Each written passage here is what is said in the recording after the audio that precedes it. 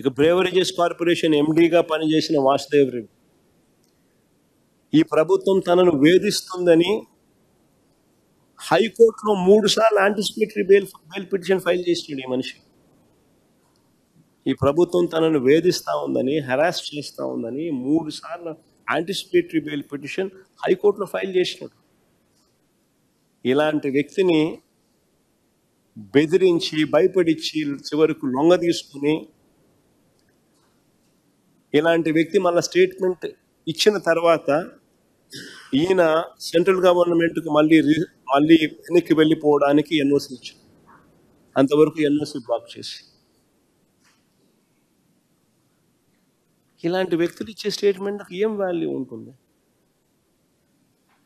బెదిరిస్తున్నారు, భయపడిస్తున్నారు, ఎన్ఓసీలు ఆపుతున్నారు. ఆయన నన్ను బెదిరిస్తున్నాడు అని హైకోర్టులో యాంటిసిపేటరీ బెయిల్ పిటిషన్ 3 సార్లు వేసుకున్నా కూడా దిక్కు దివానం లేదు.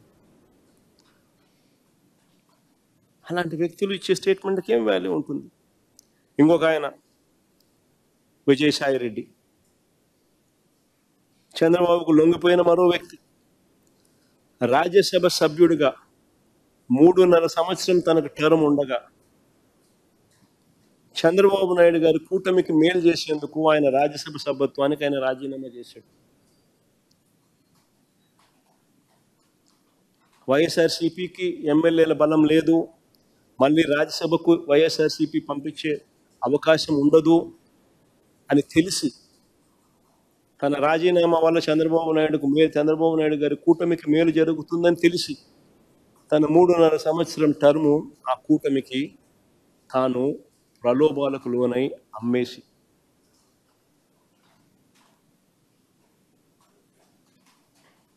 అలాంటి వ్యక్తి ఇచ్చే స్టేట్మెంట్లకు ఏం వాల్యూ ఉంటుంది? అటువైపు నుంచి మనం కూడా ఇటువైపున ఏమన్నా తీసుకొని ఇటువైపున తీసుకొని ఇదే మాదిరిగానే చెప్పిస్తే వాల్యూ ఉంటుందా?